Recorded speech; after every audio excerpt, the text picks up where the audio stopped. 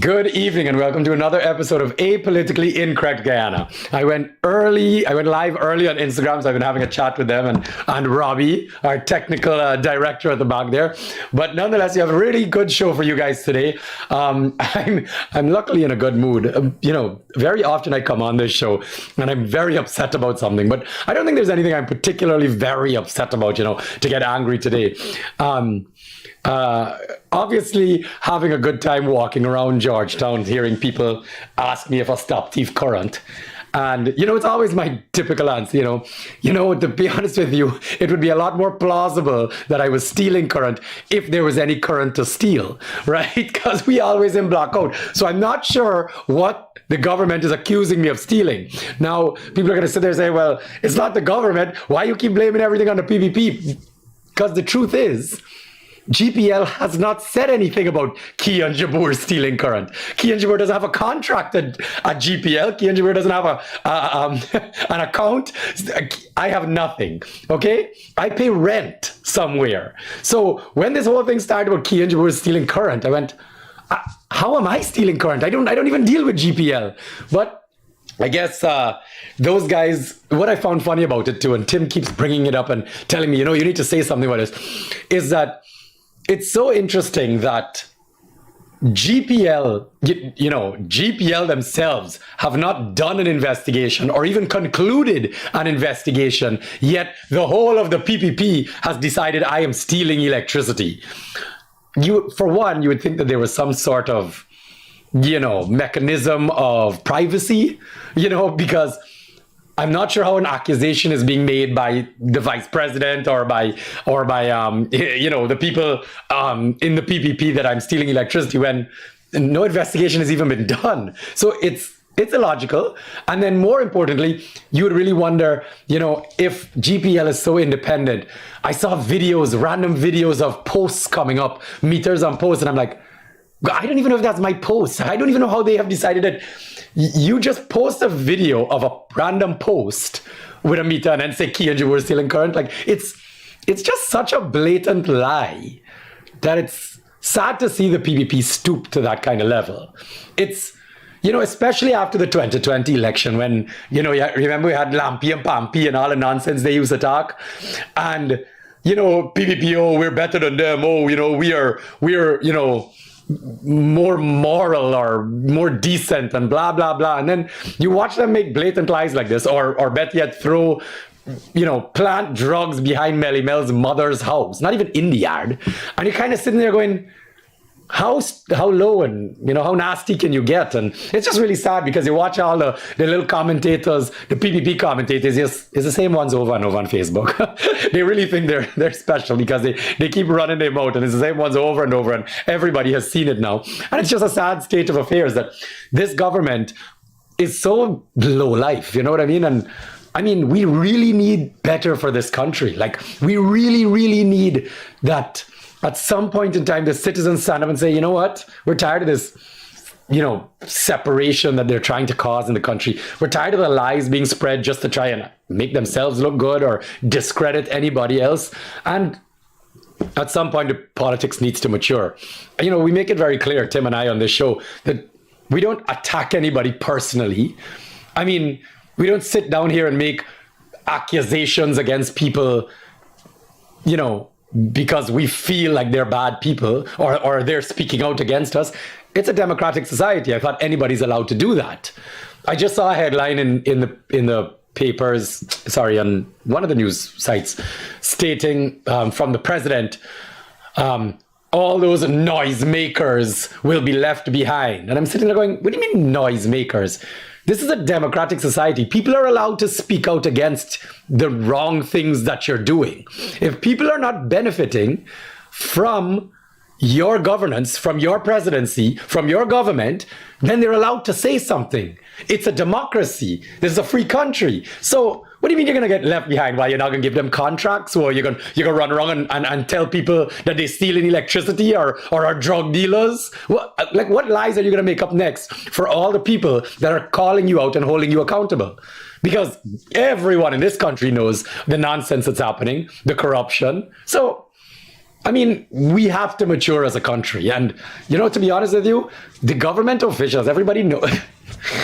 I don't like, everybody knows that if there's anybody stealing in this country, it's government officials. Okay? And if anybody needs to be held accountable for what is going on in this country, it's government officials. And how much the people are suffering, it's government officials. Stop trying to blame everybody else on the outside when you're in charge and making all the decisions, yet people are still suffering. Hold yourself accountable. Be a morally upstanding person. If you did wrong, you did wrong. Okay? If you're doing wrong, you're doing wrong. But don't stand up and point fingers. It's just sad to see the state of affairs in the country. And I really compare it to cesspools of politics like America. I like how everybody is always compare, but America this and America that. America is nasty.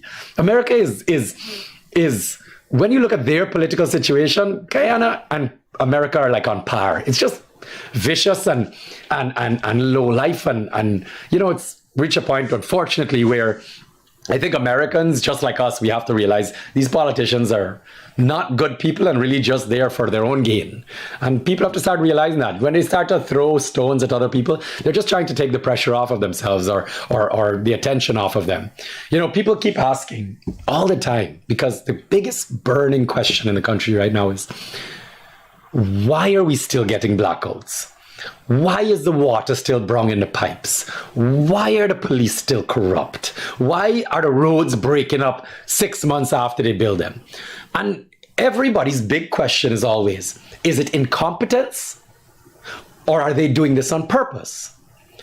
Now, if there's one thing I've learned in life, is that you should never ever underestimate, those that you're up against. All right? Your competition. And I say this because I'm political, all right? And I never ever you'll hear me say that Barajagio or Granger or Harmon or Irfan or any of them are incompetent people, because I don't believe they are. I believe these guys are all very intelligent people, highly qualified. It's nothing personal against them.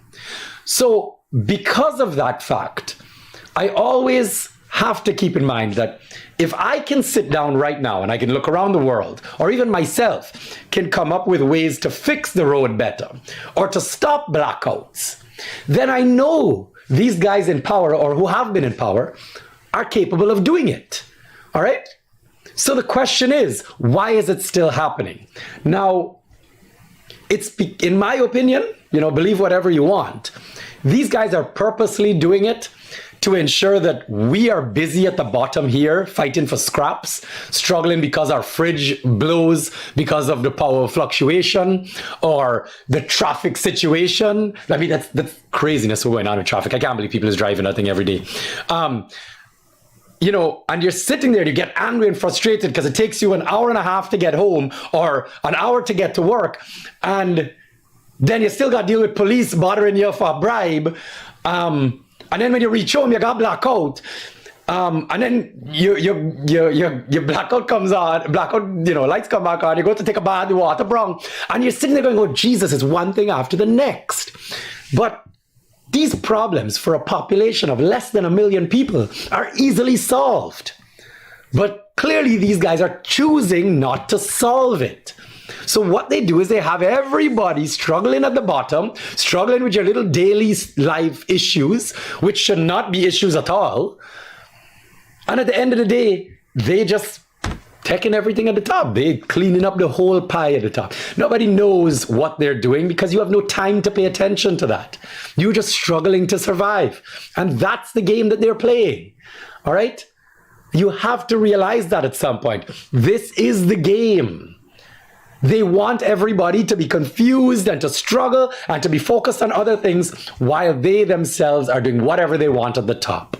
All right? Stealing money left, right, and center, doing whatever they choose, getting more power drunk by the second, as you can see by the headlines and the way they deal with people now. So it's understandable what's going on. And, I will always preach it over and over. You all know why I'm in politics, because I decided that there needs to be a balance of power. There needs to be a third party in parliament to make sure that there's no one government in power or one party in power making all the decisions, because clearly over the last 57, 58 years, we have seen what is happening in this country. We are struggling to progress because there's no economic continuity, there's no accountability, there's no transparency, and you quickly realize that that's how these two parties like it. So all those people out there that have told you I'm joining the PPP or I'm joining APNU because I'm going to change things from the inside, that's not how it works. Because both of these parties have a political agenda and a political strategy to maintain the two-party system. So they have to divide and conquer in two. So they make sure that everybody's out there struggling to survive and then fighting each other on top of that, so both of them can maintain power. All right? That's the name of the game. All right, because as I'll continue to remind you, the main opposition right now, the APNU AFC, and then in pre-2020 was PPP. They were the main opposition. The main opposition constitutionally in this country is funded by taxpayers. Right now, APNU AFC is given over $3 million a month to run the office of the main opposition leader. Okay, and they use that money, $3 million a month. Who is earning $3 million a month? That's taxpayers' money that they go and they use however they want. And again, no accountability. So these two parties want it to be two parties only, so they can both benefit, whether in government or whether in opposition, right? And I realized quickly that the only way for real change is to force constitutional reform, is to force these laws to be changed and adjusted, and force these two parties to essentially make Guyana a country that all Guyanese are benefiting from. You have to force them. There's no more asking, there's no more hoping for the best. I mean, we're watching the government right now have all the money under the sun and not do anything. We're watching them lie through their teeth about everything. And again, what are they promising now? Don't worry, guys. After 2025, when you vote for us again, everything will be perfect. Wrong or right? Right? We know how the political promises go. And actually, I have a quote to bring up here. Go ahead, Rob. You can bring up the first slide so all you can see. It's just a quote that I saw fluctuate, making its rounds on social media. So I thought it was a very interesting one. It says, "This constant lying is not aimed at making people believe a lie, but at ensuring that no one believes anything anymore. A people that can no longer distinguish between truth and lies cannot distinguish between right and wrong. And such a people, deprived of the power to think and judge, is, without knowing and willing it, completely subjected to the rule of lies. With such a people, you can do whatever you want." That's how the quote goes. All right? And it really is very interesting, because when you read that, these guys fill so much lies into the news, into the media, that nobody can distinguish the truth and what's lies anymore. And you guys can argue that yourselves. You know it for a fact. You really don't know what's the truth and what's lies. All right? And I saw something as simple as yesterday or today's papers. They were speaking about the permanent secretary that was sanctioned by America, that she's still currently on the payroll of the government. She's just sent on leave. And then you watch another headline from the Vice President Bharat Jagdeo's press conference saying he's going to hold the public sector officials and permanent secretaries accountable for issues in the procurement process. And it's just silly, right? Because clearly nobody's being held accountable in the government. They're not holding each other accountable. We know the people that run this country. There's only two people, Irfan Ali and Bharat Jagdeo, that run this country. We know that nobody in the government can make any decisions without the two of them. We know that. If there's one thing, if you want to know if I'm telling the truth, correct me if I'm wrong. Nobody in the government can make any decisions without Irfan Ali and Bharat Jagdeo approving it. One of the two of them have to approve it for the decisions to be made. So if you know that, then you understand that there's no accountability. And that's what you have to look at. All right? Now, the president, to move along, the president was recently in New York doing a what do you call it, a presentation to the United Nations. And one of the conversations, obviously the hot topic, is the issues in Venezuela. Now, he said what he said, but before I show you what he said, it was in the news. As soon as he had that conversation with the UN and he said what he said, the headlines came out. And then one of the brilliant minds, one of the funniest people, one of the people that I really and truly adore, and is Francis Bailey. I really adore this guy for his sense of humor, for his critical thinking, for the way he, looks and judges and assesses. Particularly for his ability to research. I think it's so wonderful. And then present that research in a way that everybody can, relate and understand. Now, he did a small skit on the Venezuela situation. And I wrote on my Facebook recently, I have a really special place for Guyanese humor. I love the fact that it's for us. I love the fact that we are the ones that understand it. I love the fact that even Guyanese living outside of Guyana barely, can't really relate as much. But us living here on the ground every day, the little WhatsApp messages that come through, in the groups, chats that we're in, or the social media stuff and algorithms that show us certain things. Or the little news articles. I really, really love Guyanese humor, like the satirical humor, like what's the comedy show called? A lot of you know it. Nothing to Laugh About, right? Like these things are what is truly Guyanese. Even our music and stuff like that, you can argue, we get steel pan and this from Trinidad, soca here, or our reggae version of this and blah, blah, blah. But our humor is our own. It's our jokes. We get it. All right? You don't need to explain it. You just laugh and you say, you know it's there. So I'm going to play a clip that had me rolling in stitches of laughter on the Venezuela situation. And he just decided to do this little skit. I'll let you guys watch it and we'll chat about it a little bit. Enjoy. Listen to me. I know a lot of you.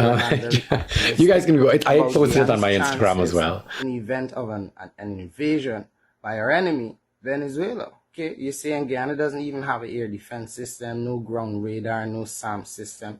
Well, I know normally it might mean SAM is surface to air missile. In Guyana, it means slingshot to air missile, right? And let me be serious for a second, just so you don't feel like we don't have nothing going for us, like we don't have any missile systems or weapon systems to defend ourselves while we've been spending billions of dollars on roads and stuff.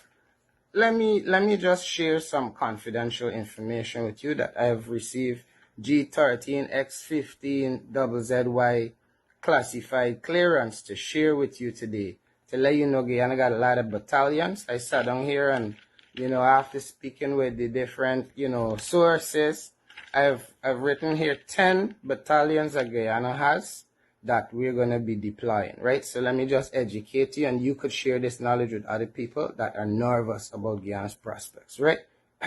So Guyana will attack in waves, you understand? So the first battalion that would go forward is the Army battalion there, right? They will fight the good fight, but not forever, right? You got to remember, these people, especially when they're down the border, they don't always get ration. They don't get paid properly, right? They're going to fight the good fight, but not forever. But we got more people coming, right? They also tired of picking up garbage, right? We have the police battalion. They will follow the army battalion, right? Their job will be to set up roadblocks to slow the enemy down. They will also be tasked with taxing the enemy, right? So they will say things to Guyanese like, hey, it lot. You do something, but to the enemy they will say, oye, it's muy caliente. Right? Make sure you do this. The word for money is dinero, okay? Right? Then that will be followed after the police battalion sets up the roadblocks and slow the enemy. It will be followed by the anti-man battalion, or battalion, as one politician is fond of calling it. Defensive skills that they have honed on the steps of St. George's Cathedral will be put to work in defense of the nation. They will abuse the enemy, okay? So, and they will also criticize them for their poor fashion choices. This will buy us the nation time. Next, we will send in the Dunstug Battalion. The Dunstug Battalion will start skirmishes for no good reason, thus keeping the enemy confused. Following this, I am told that the Junkies Special Branch will be deployed. They will steal all the mirrors from all the tanks, vehicles, and for the Junkies that are high enough, they will also be tasked with stripping the parts from the enemy aircraft while in use. Following this, we will be deploying the Rasta Battalion. The Rasta Battalion are important and the mystical element of this fight. You know, everybody is important in this battle. And they will provide fire of judgment upon Babylon. Okay, more on that later. So next we would have Charmaine Blackman Battalion. Now, this battalion is different because it's only one woman in the battalion, Charmaine Blackman. But she will sing and confuse the enemy. We then would have the Stabroek Clock Battalion. They will remove any valuable metals from the enemy equipment, which the enemy can go and purchase back at the Stabroek Clock, right? But that's for later on. We have the Political Battalion. They will follow the Stabroek Clock Battalion. They have the same task practically, but the Political Battalion are much more advanced. So they will pick the pockets of the enemy clean while promising them dreams. This will leave the enemy destitute and broken. Following this, the last battalion I've written down here would be GPL Battalion, and they will bring darkness to the enemy. Okay. Now, there's other top secret battalions. There's the GWI Battalion as well that would naturally leave them thirsty, right? They leave them without water, and the enemy would be smelling unclean. And if they came with any white thing, you know, and they thinking that it was gonna try some with the white thing, we would marking them with the rust. With any white thing, you know, and they thinking that it was gonna try some with the white thing, we would marking them with the rust. With any white thing. Oh, sorry. Sorry about that. I was playing it for Instagram as well. I hope they heard. But come, as one of the comments that I really enjoyed was somebody saying, "Oh, these guys are such comedians. It's not a funny matter." And I laugh. I have to laugh because, I mean, if we don't laugh, we can cry, right? Because at the end of the day, what is there? What exactly is there? Now, I'm just gonna quickly, before I, it's so ridiculous. Imagine a Charmaine Blackman Battalion. It's fantastic. I'm going to quickly bring up why I found this so funny after the headline was posted. Now, the next headline is Irfan Ali, quoting Irfan Ali from the I just show you guys out here, from his UN speech. He said, President tells UN General Assembly that international law is Guyana's shield and armor in border controversy. Now, this is a very, very sensitive topic, I know, and I'm with you. I'm at some point in time, we have to start looking at plan A, B, and C if Venezuela is a threat. You can come up with all the ideas that you might have of, oh, America can save us, or Brazil can save us, or, if Venezuela does do something, Exxon can save us, whatever you're coming up with. But the president clearly just told the UN that our only plan is international law. Now, I'm on board with this. Our plan should be international law. That is our first and foremost route. So that's not a criticism there. But again, as a business owner, as a critical thinker, what if has to be taken into consideration. Now, I'm going to give you my opinion on this. All right. Many, many years ago, this Venezuela situation had come up and continues to come up. This situation, honestly, has been going on since independence. And we have been back and forth with the Venezuela issue and threats being made and moves being made at the border. And it just keeps moving forward slowly but surely. I think our one saving grace probably is Venezuela's political, issues. But nonetheless, it is an evident threat. It's something that exists that we have to be wary of and prepare for. Now, you'll ask me my opinion on this. Many years ago, I said to myself and whoever, before I even got into politics, I remember Brazil was asking if they could build the road from Letem to Georgetown and a deep water port because it will help with their manufacturing and shipping. It's a better central location for them to get to America, to get to, go through Panama Canal, go to Europe. It was just a better, strategic location for them to disperse their goods. Because other than that, they would have to travel all the way to their east coast, which is a much further distance. Now, if I was to be asked, again, I would state that we should allow Brazil to build the road, which the road is being built, so we don't even need them to build a road. But if they want to come in and do the deep water harbor, there's no problem. Okay? It's a private, let them come in as a private company. We will tax them. We will make our money on whatever, items they are moving through. We will get cheaper Brazilian goods to buy, which is good stuff, good quality stuff. And we will have access again to a deep water port. So our manufacturing area, we will obviously have use of it. So it'll help us as well. Obviously, a contract could be put in place, 50 years, whatever, however long you want them to be able to run it. And then, the Guyanese take control of it. And there's lots of deals like that in the international world in which private companies go and do work or governments go and build things. And then eventually when they've used it and etc., they hand it over to the country. But again, with taxes in place. So Guyana will be making money right through. Now, but what is even more important than that is part of that negotiation can be for Brazil's defense of Guyana if there is a Venezuelan invasion. Because the truth is, at this point in time, the Brazilian army is the only and closest army that can help defend Guyana. The Americans are far away. They fight in wars all over the world, etc. This is not priority. But if Brazil had vested interest in Guyana, obviously we might be able to work out a defense treaty. And if we were to find issues ourselves in a predicament, maybe this can help. Now, obviously, at the end of the day, you're sitting there and you're watching things like the government, like the president saying those things at the UN, and you're wondering to yourself, well, what is plan B if your international law doesn't work? So, again, it's unfortunate at this point in time that, that the government, again, has no interest in listening to anybody. He has no interest in, coming up with,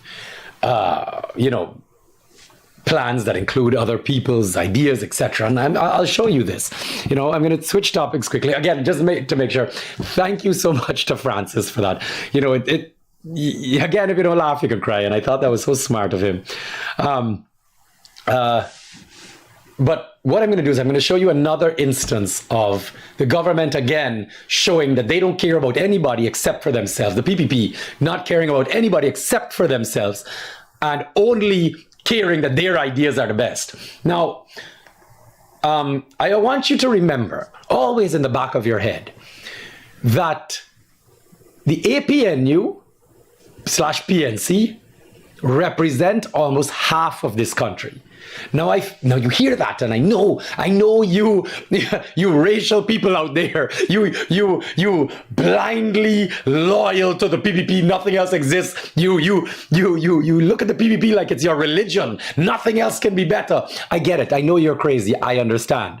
But at the end of the day, the fact of the matter is, APNU/PNC represent the other half of this country. Okay, the PPP is only one half. Okay, so with that being said, you have to remember that in order for everyone to be represented in this country, because half the population voted for the PPP and then the other half voted for PNC, you have to remember that that must be taken into account in the decision-making process. Half of this country wants the PNC to help make decisions for their future. That's why they voted for them. Okay? Remember, this government and the previous government were only ever in power and are only in power by one single seat. One single seat is just around 6,000 votes or so, maybe 7,000. So I want you to think about that. The only reason the PPP is a government is because 6,000 more people voted for them. Only 6,000, literally 6,000 more X's, which is razor thin.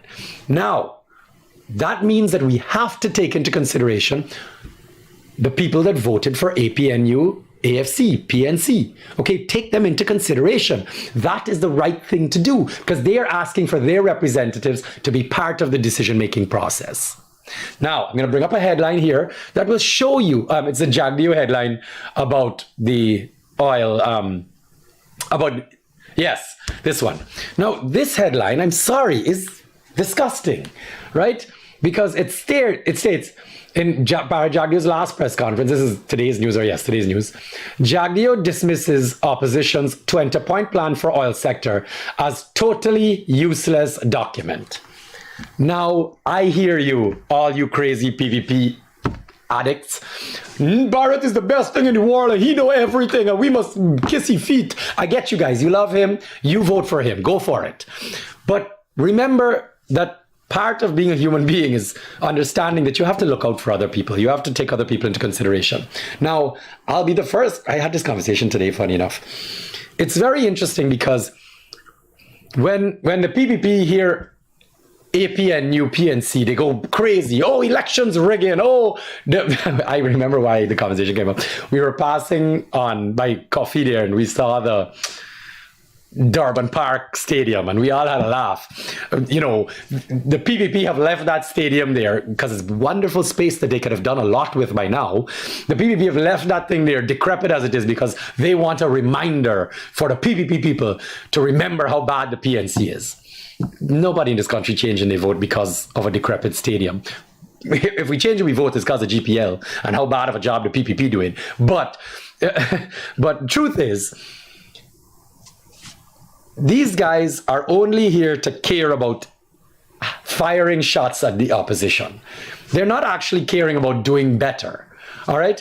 And when I see the APNU PNC slash, I have to say both, the APNU slash PNC come out with a document that is attempting to show, you know, what they believe could be helped with the oil sector, to dismiss it as a totally useless document is literally slapping half of this population in the face. And they think it's going to win votes, but all it's going to do is cause more division in the country. Because I can argue, you know, again, the conversation came up. I laughed at the Durban Park Stadium. I agree with everybody. It's garbage, right? Waste of money. They didn't want to use the PPP build thing, so they're going to build their own thing. Same thing happening now. The PPP want to use their thing, and they want to use the APNU thing. And the country just wasting money and throwing away, and everybody just divided and arguing. And I sat here and I went, well, what else is the APNU known for? And I could start with the basics. I mean, GRA, for example, was much better run on the APNU. Okay, GRA has turned into a corrupt cesspool situation again, right? Because the PPP go and push all the little people in between everywhere to help their own people get perks and blah, blah, blah, and fight down the people in charge. We know what's going on in GRA. And again, just corruption and nonsense because everybody just looking to make a hustle. GRA went under APNU, although I'm not saying corruption didn't exist then, but the fact of the matter is, at least, you know, they had modernized so many things like driver's license, for example, was much easier to get. Now you still got to pay a bribe. Passport office is another good example. Better run under APNU, PNC. Infrastructure is one of my favorites. People go crazy. Look at how much roads PPP building. I just want to make this clear. With the same non-oil money, AP and UAFC were the ones that built that first roundabout at Kitty Seawall there. And that is still by far the best roundabout in this country. Okay? The best designed roundabout in this country. Because what came after that was that nightmare of a roundabout with a harpy eagle in the middle. I'm not going to be insulting to the artist. But that, I have to take 2 seconds. I have never in my life seen a round. I have traveled this world. I have never seen a roundabout that they put up cones to direct traffic around the roundabout. And a police is standing, not one, but I think like 3 police are standing around the roundabout directing traffic. Now, if that does not signify how poorly designed that roundabout is, I can't help you. That thing is the bane of existence to anybody on the East Bank. Okay? It is horrible. And I'm sorry to everybody that has to travel on that thing on a daily basis. That is poor design, poor execution. Okay? So again, the APNU, just to call a few good things, they have done good things like that roundabout. Okay, the Kitty Siwa. Then PPP come in and do garbage with the other ones. Right? I don't even want to talk about how much cars is a rollover on Sheriff Street one. Which other ones y'all want? It's just craziness. Right? Nonetheless, I'm saying this so you guys can understand that you have to start looking at things from both perspectives. Now, when I see a headline like Bara Jagdeo telling the public, telling the country, this document is completely useless, stop pretending like you're the only one that knows that you're the only one with a brain in this country. We know that's not true. All right? And unless this country starts, again, politically maturing, and maybe somebody like Bara Jagdeo standing up there and saying, we assess it, there's some good points in it, we're looking at how we can adapt it to help, alter our oil policy, maybe that's the right move forward. Maybe that will ease some tension. Don't get me wrong. I'm going to be the voice of reason here. Norton standing up and not shaking the president's hand, I think, is ridiculous. I think he's definitely perpetuating the problem. But the fact of the matter is, clearly none of these two parties are caring about working together. They just want this country to be divided so that they can benefit.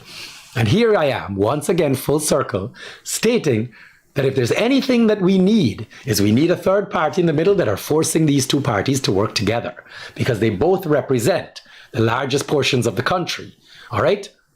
So one of the strategies, again, just so people can understand, one of the strategies moving forward when it comes to a minority government.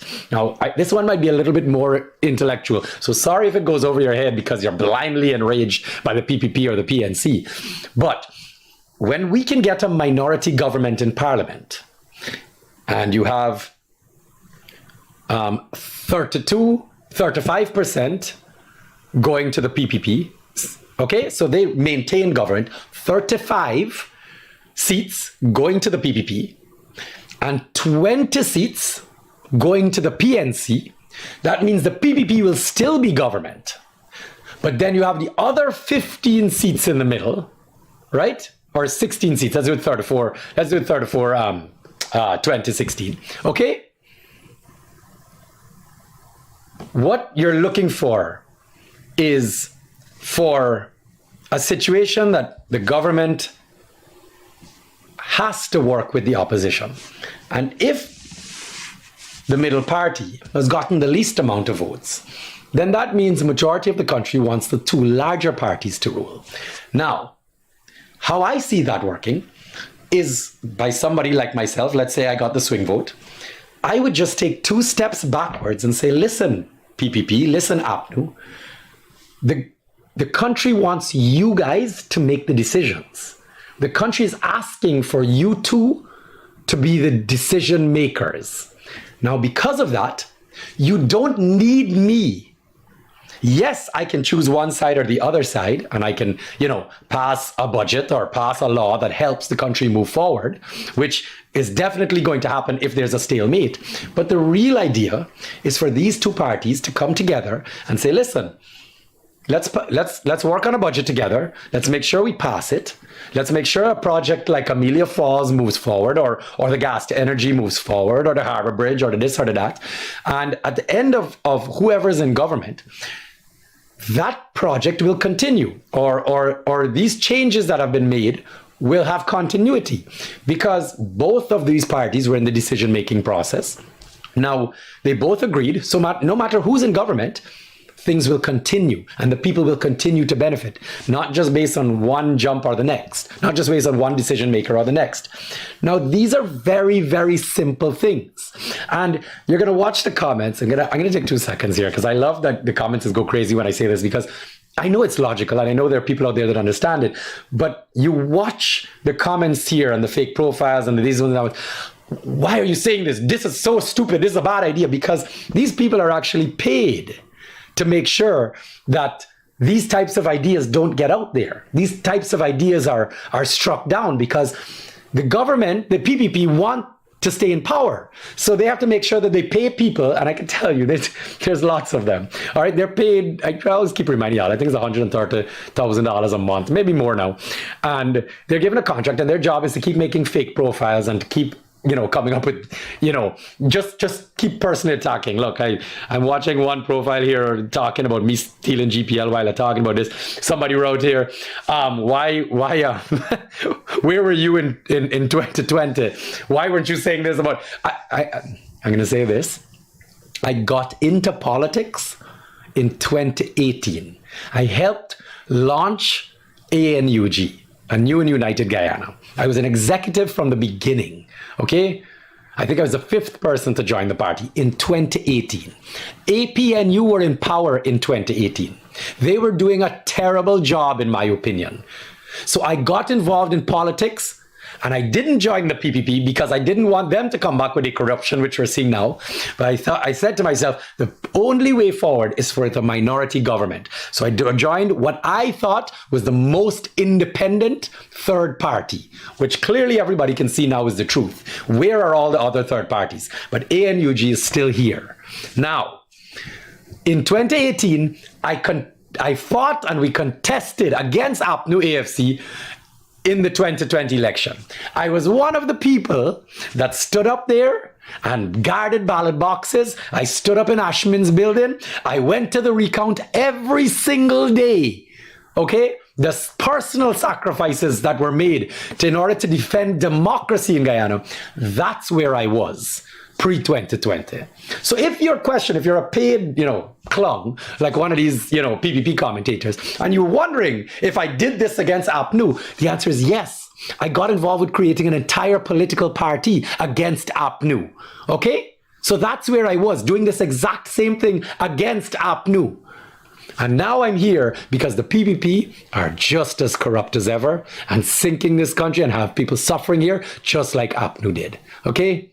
And I'm going to continue to fight. No matter how much lies you guys like to spread, no matter how much they want to keep bringing up whatever else drama they could come up with or lies they could make up, the fact of the matter is, I'm still going to be here talking about the trash the PPP are doing, and I'm going to continue to do it, all right?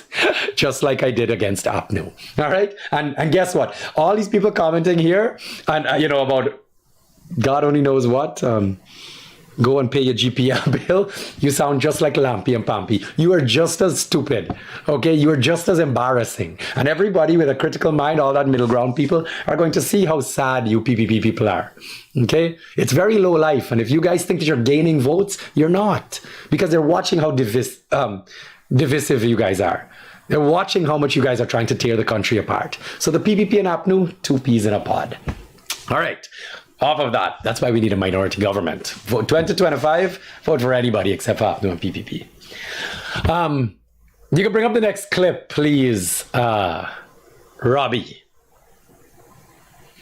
This one made waves. This one made waves. I was happy with this one. This one states, Guyana oil fund about to hit US $3 billion mark for the first time in history. Now, I believe I was reading a comment from somebody I know, and they made it clear to me that even though there's $3 billion in the account, the truth is the government spent about 45%, which means, there was another 45% in the account. Let's call it 5 billion. All right, so let's say they spent 2 billion. Now, the big argument is always, well, we have to think about the future. We have to make sure, that we have money put aside for disaster or issues. Now, I'm going to start with the basics.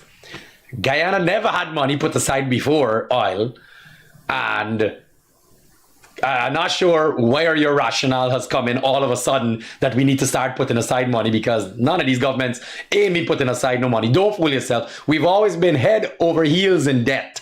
Okay? Pre-oil, over 50% of our budget was funded by grants and loans. So don't fool yourself by when you hear Barajagdio and them saying that, we left so much money in the coffers. That wasn't our money. We were in debt. We are still in debt. Okay? So whenever they call, oh, look how much money we got in the account, is now we money. We in debt.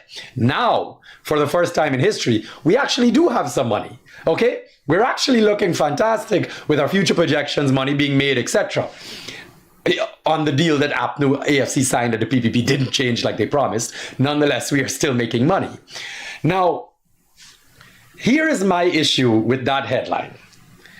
We are in a state in Guyana right now where people are suffering, okay? People are suffering in this country. Money is not being made, money is not circulating. Expenses are rising much, much higher than people are earning. Taxation is still a heavy, unbelievably heavy, crazy burden on the citizens. And then the rising costs of everything, you know, coupling with that high taxes are causing the country to become unbearable, unlivable. All right? Now, when you see that type of situation occurring and we have $3 billion liquid cash sitting down there, I'm sorry. I expect every dollar that we have available to us right now to be creating systems that people in the short term can live comfortably in this country. Okay? Don't tell me about what's going on around the world. I care about Guyana. And right now, we need as much help as we can get. There are people living day to day. Our pension is, what is it at now? 30,000 or 28,000 or 30 something thousand dollars a month? Nothing. That can't help nobody. Okay? The teacher's salary is garbage. Even with the 8% this year, 10% next year, 9% a year after some nonsense, that still won't be enough because costs are rising too much. That was an absolute sellout. Those poor teachers are going to be back on the road very soon. The nurses, the whole health sector struggling. Okay? Taxes so high that they don't need to be. All right? If they would stop funding Gaisuko, stop funding NCN and Chronicle, that money alone could be used to broad down VAT and PAYE. People are struggling in this country.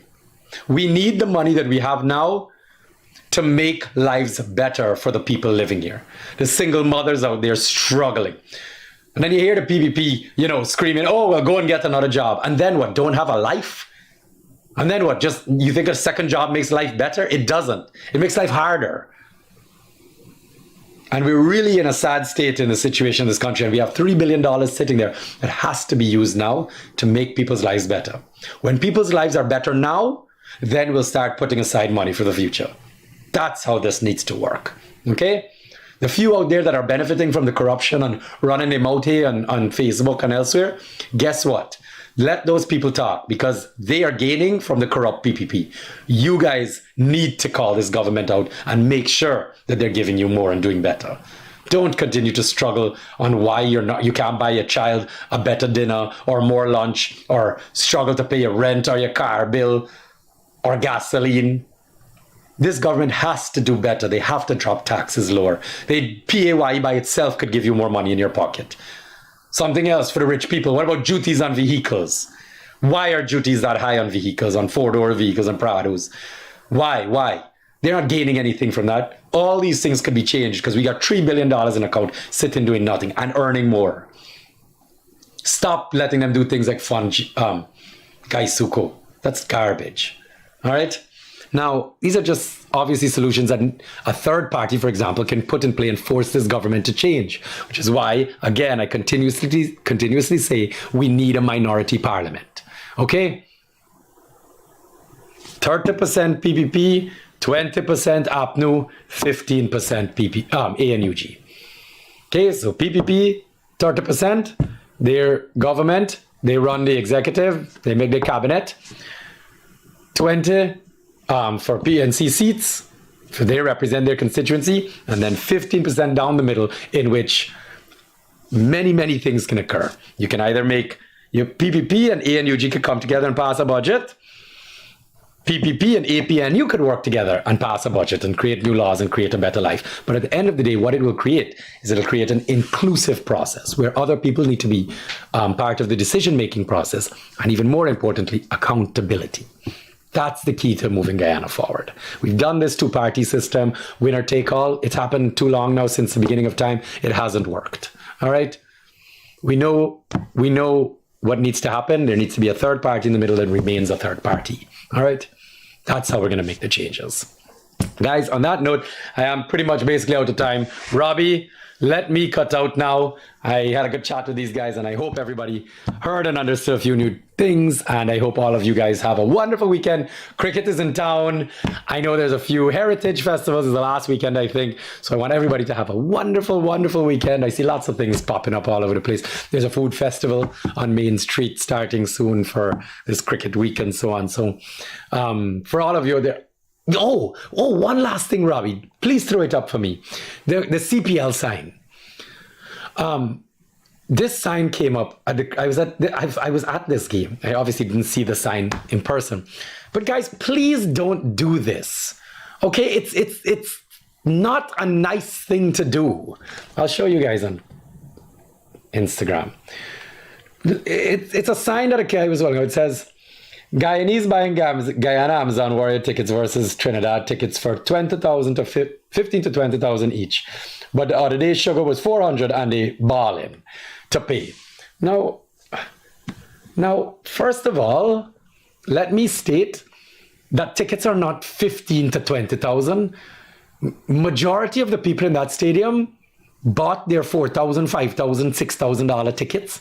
Those are the tickets that they're spending money on. That's majority of the stadium. That 15 to 20,000 is black market, something that shouldn't even be occurring. But I saw a minister say that please sell them cheap. It actually says on the ticket, not for resale.